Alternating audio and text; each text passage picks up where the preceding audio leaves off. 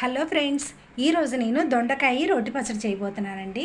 దానికి కావాల్సిన పదార్థాలు: దొండకాయలు శుభ్రంగా వాష్ చేసుకుని ఇలా చిన్న చిన్న ముక్కలుగా తరిగి పెట్టుకున్నాను. సరిపడా కారం, కరివేపాకు, కొంచెం చింతపండు, లైట్గా చింతపండు వేస్తే టేస్ట్ బాగుంటుంది. అర టమాటా అండి, పెద్ద సైజు టమాటా, దాంట్లో 6 వేసాను.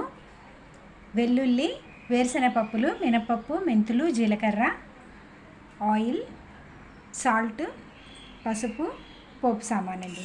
పోపు సామాన్కి రెడ్ చిల్లీ, ఆవాలు, జీలకర్ర, కొంచెం కరివేపాకు, కొత్తిమీర. ముందుగా కుంపటి వెలిగించుకుందామండి. ఇప్పుడేమో మంట రాసుకుంది.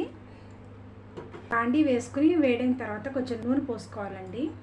నూనె వేడైంది. ఇప్పుడు ఈ పప్పులన్నీను, చిల్లీస్ అన్నీ కలిపి దీంట్లో వేసి ఫ్రై చేసుకుని పెట్టుకోవాలి. ఇవి బాగా ఫ్రై అవ్వాలండి. ఇవి పూర్తిగా వేగేయండి. ఇవి తీసి పక్కన పెట్టుకోవాలి. ఈ ఆయిల్లోనే దొండకాయలు ఫ్రై చేసుకుందాం. వీటిల్లో ఇప్పుడు దొండకాయలు ఫ్రై చేద్దాం. టమాటాలు కూడా వేసేసుకోవచ్చండి. కరివేపాకు, ఈ వెల్లుల్లిపాయలు దంచేటప్పుడు వేస్తానండి నేను. చింతపండు ఏమో రోట్లో దంచేటప్పుడు చింతపండును, పచ్చిమిర్చి అన్నీ కలిపి రోట్లో వేసేటప్పుడు దంచుతాను. వెల్లుల్లిపాయలు కూడా అప్పుడే వేస్తాను అన్నమాట లాస్ట్లో. ఈ రోటి పచ్చడి చాలా టేస్ట్గా ఉంటుందండి. ఇంట్లోనే పసుపు వేసేసుకోవాలి, తగినంత సాల్ట్, బాగా మిక్స్ చేసుకోవాలండి. కొంచెం మూత పెట్టుకుందాం, తొందరగా వేగుతుంది. ఇప్పుడు వేగిందేమో చూద్దాము. ఇది నిప్పు రాసుకుంటే అండి తొందరగా వేగిపోతాయి, వంట కూడా తొందరగా అయిపోతుంది. బొగ్గుల కుంపటి మీద చేస్తే వంట చాలా టేస్టీగా ఉంటుందండి. వేగిపోయిందండి, ఇక తీసేస్తున్నాను. ఇది చల్లారిందండి. ఇవి ఫ్రై చేసి పెట్టుకున్నవి ఫస్ట్ వేసుకోవాలన్నమాట. అప్పుడప్పుడు ఇలా రోటి పచ్చడి చేసుకుంటూ ఉండండి, హెల్త్కి చాలా మంచిది. మిక్సీలో కన్నా కూడా రోటి పచ్చడి చాలా టేస్ట్గా ఉంటుంది. చింతపండు కూడా వేసేద్దాం.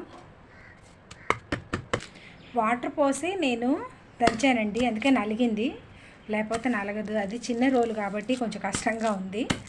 ఇప్పుడు నలిగిందనమాట. ఇది తీసి వేరే దాంట్లో పెట్టి దొండకాయలు వేస్తాను.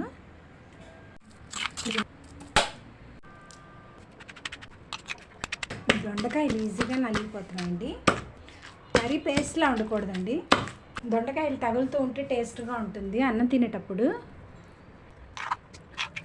ఇప్పుడు వీటిని కూడా వేసేసుకుందాం.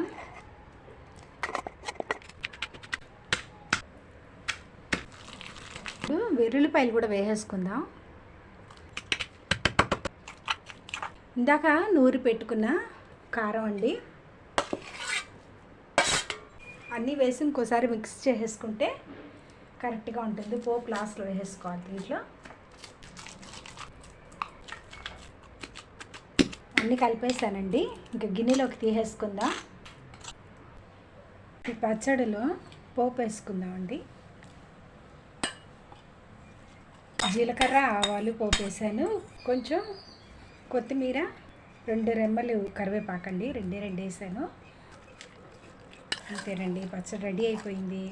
ఇది చాలా బాగుందండి, టేస్ట్ మట్టికి సూపర్గా ఉంది. మీరు కూడా ఇలా ట్రై చేసి ఎలా వచ్చిందో నాకు కమెంట్ రూపంలో చెప్పండి. ఈ వీడియో మీకు నచ్చినట్టయితే లైక్ చేసి సబ్స్క్రైబ్ చేయండి ఫ్రెండ్స్. ప్లీజ్ ఫ్రెండ్స్, సబ్స్క్రైబ్ చేయండి, లైక్ చేయండి, షేర్ చేయండి. Thank you friends. Have a great day.